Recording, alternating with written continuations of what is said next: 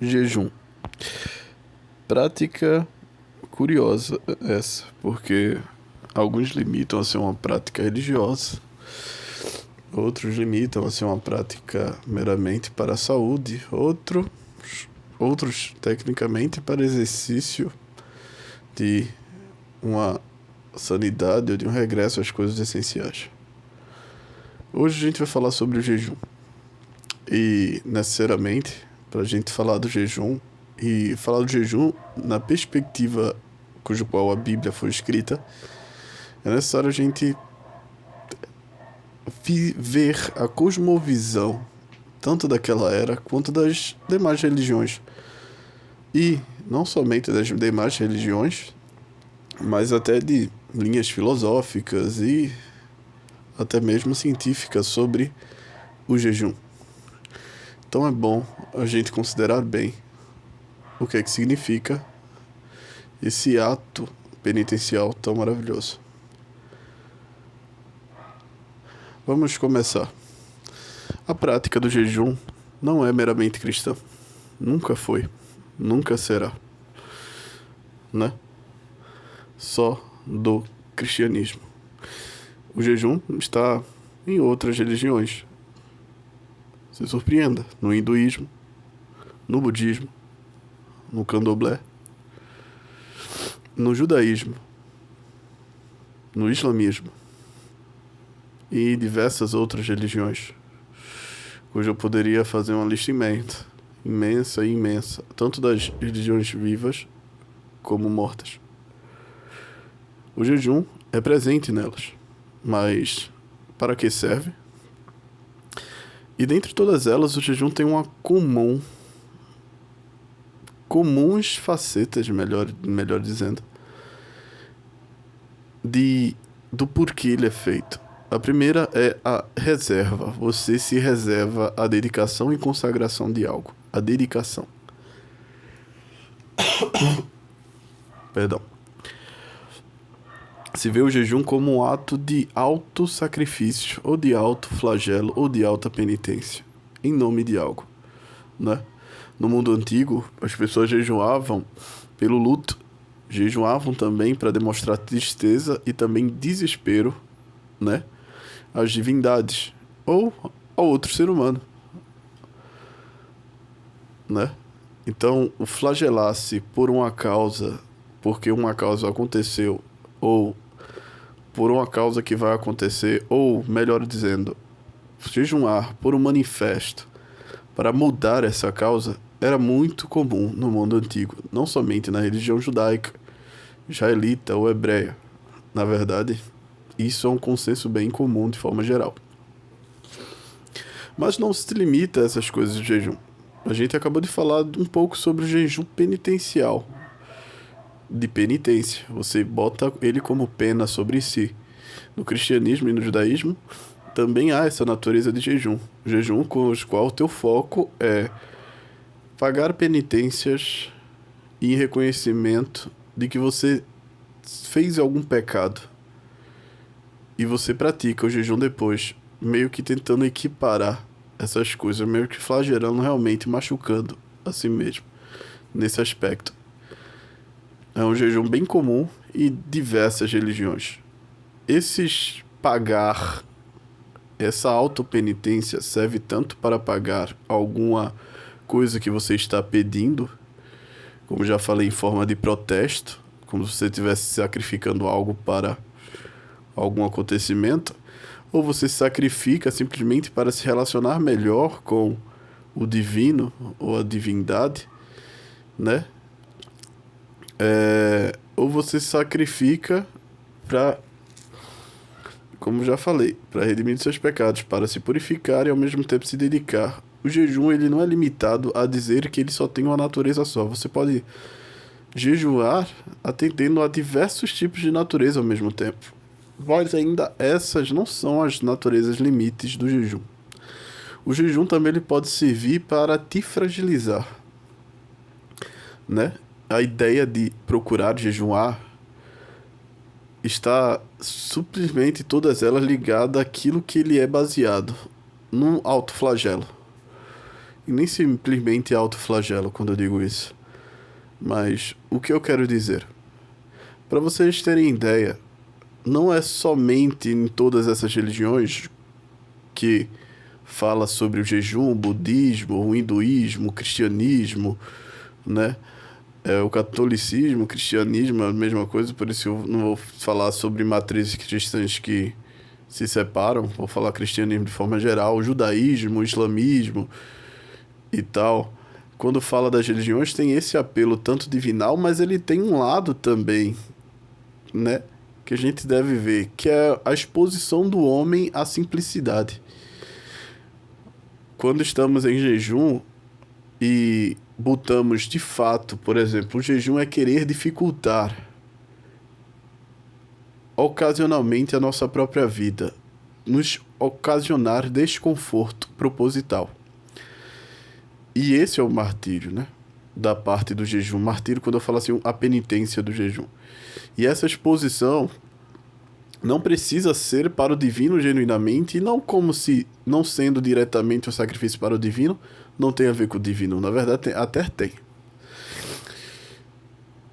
O benefício do jejum para si próprio, porque o jejum ele te faz ater para as coisas mais necessárias.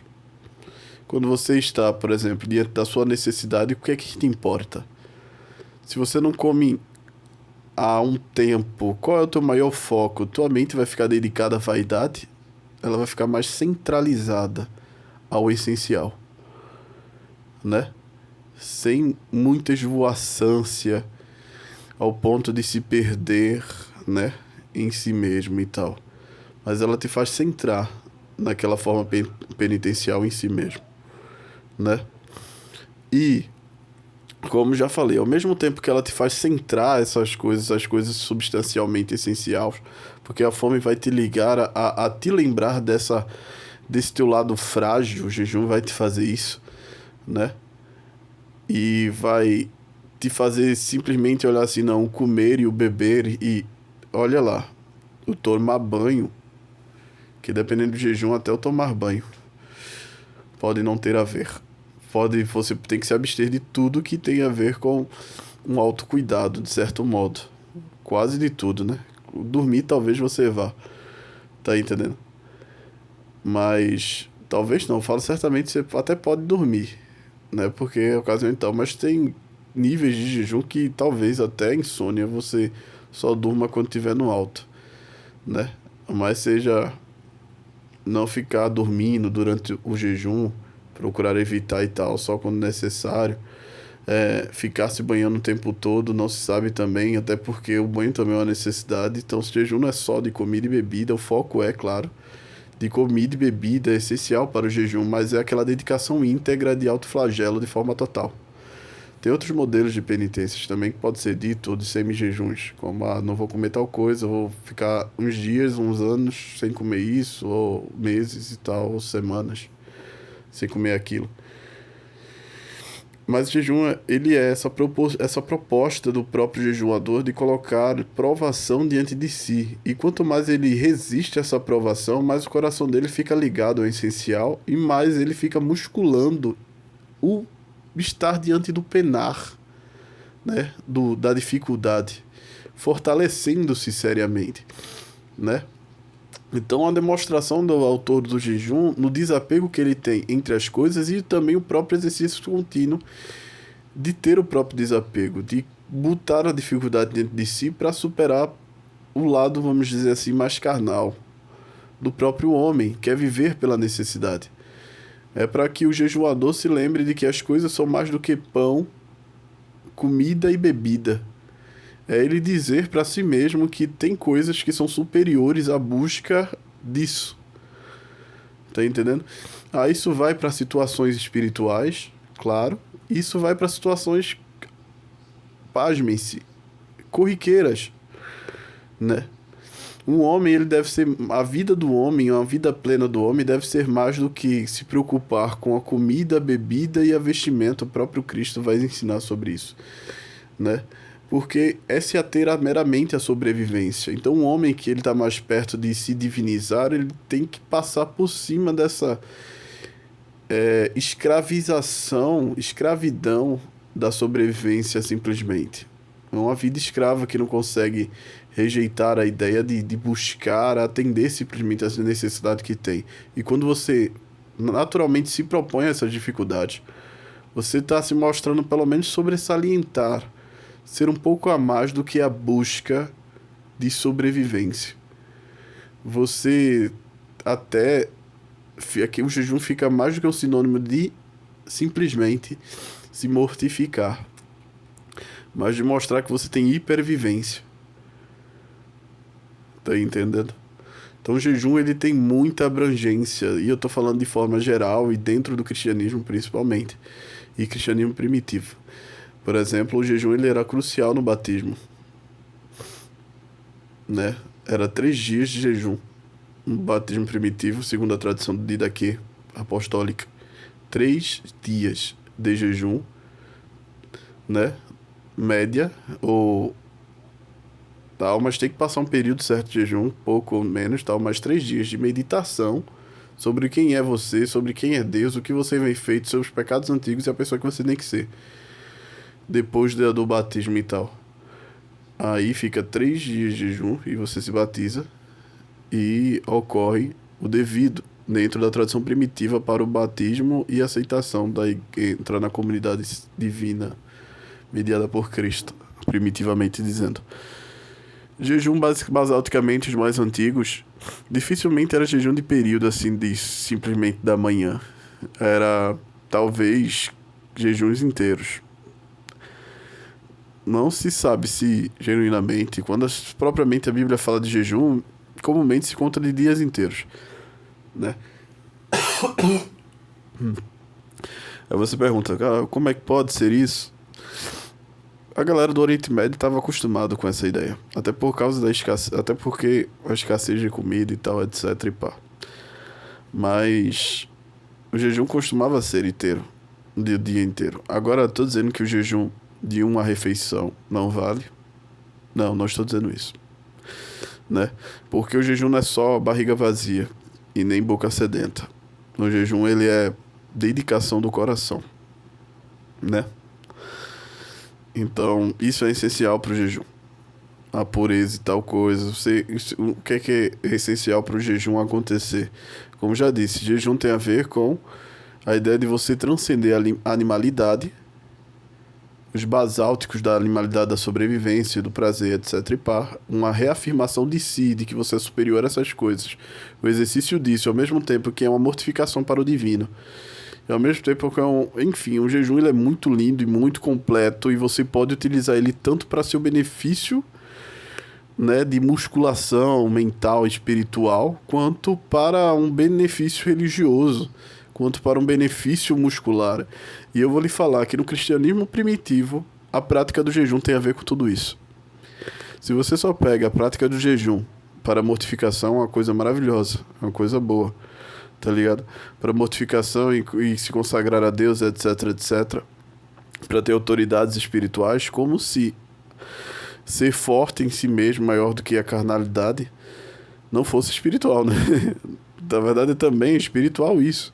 Quando você exercita ser maior do que a busca por pão e água.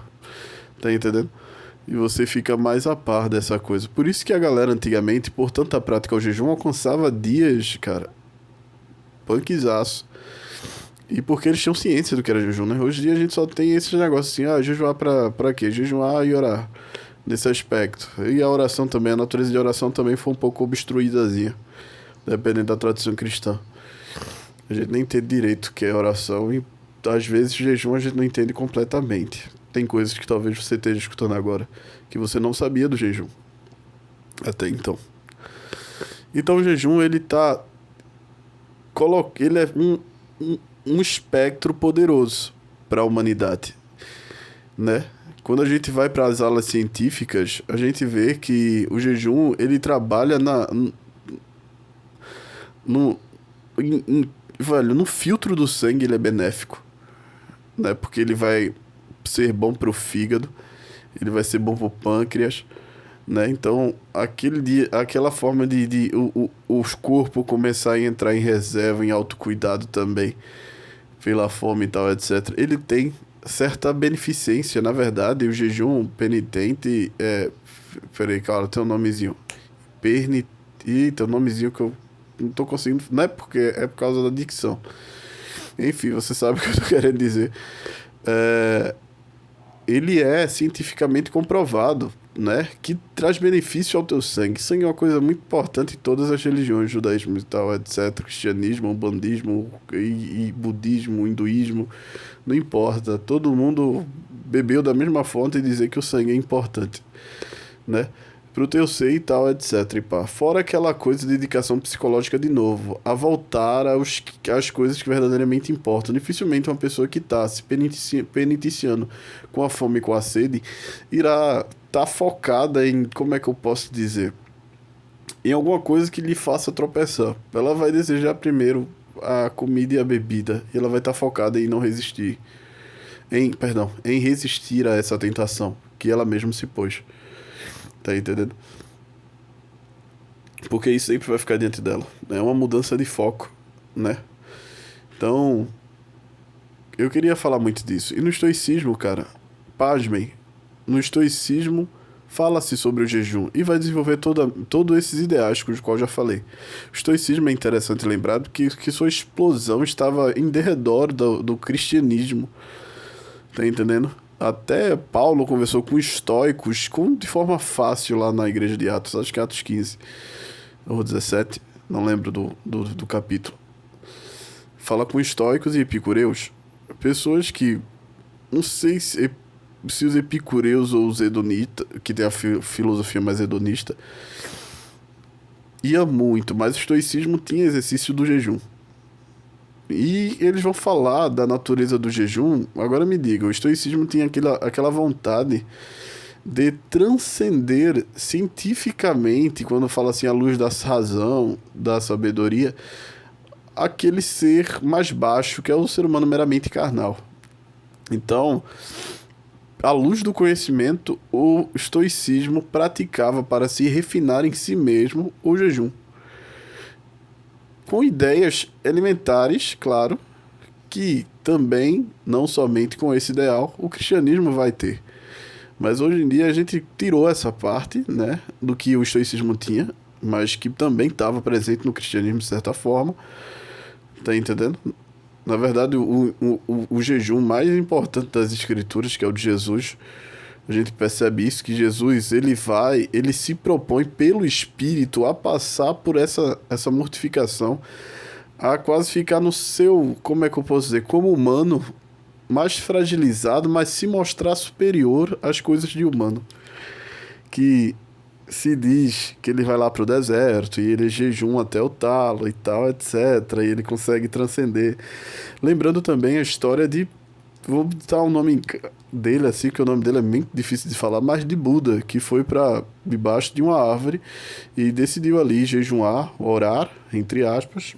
Orar não, orar literalmente, e meditar. Não sei se ele orou, mas ele ficou meditando e orando.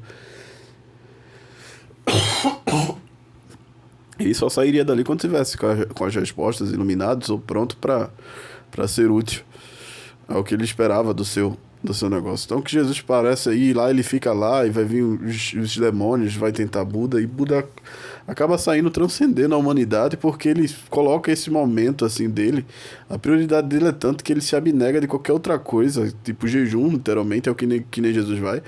Ele fica lá naquele lugar mais isolado, Jesus vai pro deserto e tal, ele se abnega de qualquer retenção de prazer, etc e pá.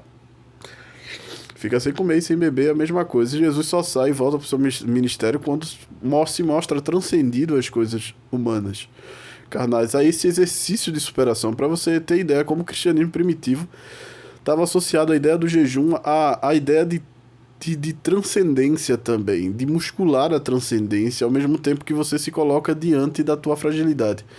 Você só transcende a tua fragilidade se você pouco a pouco costuma vencê-la. E o jejum, ele lhe dá a oportunidade disso. De você ficar diante dela ao ponto de amadurecer, ou estudá-la, ou de ter como comum e tal, etc. O jejum, por isso que o benefício para o cristianismo, o jejum, ele é múltiplo idealístico. E não somente no cristianismo. No hinduísmo e budismo tem o mesmo propósito, tanto o divino quanto aquilo que o próprio estoicismo vai mexer, só que com as doutrinas e os pensamentos teofilosóficos, né? Cristãos, ou budistas, ou hinduístas, mas o cristianismo primitivo, o que nasce em Jesus e a gente vê no comportamento dos evangelhos e nas coisas que se é ditada, é bem, né, mais amplo, não é só uma coisa mero sacrifício religioso, mas você deve ter toda uma gama do que significa jejum, jejuar, tá entendendo? Então, a gente não só deve olhar para a parte que nos mata no jejum, mas a parte que nos fortalece, entendê-lo como, ai, como isso é só difícil, não pensar nisso, mas eles viam a dificuldade como degrau para enxergar como um propósito para ir mais além, tá entendendo? É um rio que é necessário atravessar. Ele não via simplesmente as águas e a correnteza do rio, como a gente comumente faz, tá jejuando. A fome é ruim, olha pro relógio, etc e pá, e acha que porque mais a fome tá apertando, mais o jejum é mais bem aceito a Deus e tal, etc. Que nem os fariseus entronchavam os rostos assim, para dizerem mesmo que estavam sofrendo do seu jejum e tal. Quando Jesus fala assim, tá errado, que é com uma coisa que eu tô dizendo agora, é errado, não é esse o propósito do jejum. O jejum é para você ver o outro lado, né? Não é pela penitência, talvez a tua bravura que tu tenha é de chegar cada vez com menos dificuldade do outro lado do rio. Não é para mostrar, olha como estou molhado, olha como me dedico a esse rio e tal, enquanto você passa por ele. Não é sobre isso. Deus sabe o que é o teu verdadeiro, né? Deus não vai comprar flagelo. Jesus até fala assim, quando jejuares, lava o rosto. É por cima mesmo, o exercício é esse. Tá entendendo? Não é notoriedade, não é escandalismo do, tá me vendo, tô jejuando, olha como eu faço isso. Olha como isso me dói aos extremos que eu estou chegando e fazer isso nas esquinas. Não, o jejum ele é pra uma coisa pessoal, e se é pessoal, você tem que prestar bem atenção nele, nos seus potenciais, naquilo que ele é útil. E pensar, o Criador só queria voto de tolo para comigo, uma coisa vazia em cumprimento, ou de alguma forma isso me beneficia em certos espectros cujos quais eu estou ignorando agora, né? Então, é bom a gente parar para pensar nessas coisas. Então aqui, nesse momento aqui, está algumas imagens do que o estoicismo fala sobre o jejum, mas eu estou pegando do estoicismo, eu poderia pegar do cristianismo, poderia pegar coisas do budismo, poderia pegar coisas do hinduísmo, coisa talvez até do candomblé, coisa do islamismo, coisa do judaísmo, e tudo com ismo. Poderia pegar qualquer coisa para falar sobre o jejum. Tá entendendo? Religiões mais antigas, etc. Sobre o jejum.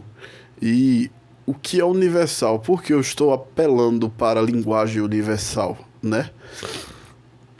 É que, cara, qualquer coisa antes de você, com muito grupo, e se algum grupo, por mais de suas diferenças, falem a mesma coisa sobre o jejum, ou coisas muito, tá ligado, similares ao jejum, é porque aquilo ali é uma verdade múltipla atestada. Tá entendendo? Ah, mas as coisas santas só são santas por ali. Cuidado. O próprio conceito de verbo de Deus no cristianismo primitivo, segundo Justino Mártir, era que até as outras culturas conversaram com o verbo divino para descobrir certas verdades. Tá entendendo? Então cautela com sua arrogância e tentar dar uma santidade que seja mais baseada na sua insegurança do que, de fato, no que a teologia primitiva cristã propõe. Né? Na explanação segundo aquilo que realmente se deduz do que é o verbo divino. Então é isso. Ai, perdão pela tosse. Pratiquem um jejum. Pensem no jejum. E pratiquem as mais diversas naturezas do jejum possíveis. Certo? Aqui vai estar, como já falei, as imagens de fotos aqui, você dá uma pausa no vídeo e fica vendo. Eu só botei a parte estoica, que eu não queria esse vídeo muito longo, né? Já eu só tô aqui falando com o microfone. E as imagens eu vou deixar passando depois. Então, boa sorte aí pra vocês. Eu não tô muito afim de aparecer nos vídeos. Eu agradeço e fiquem na paz do caminho, todos.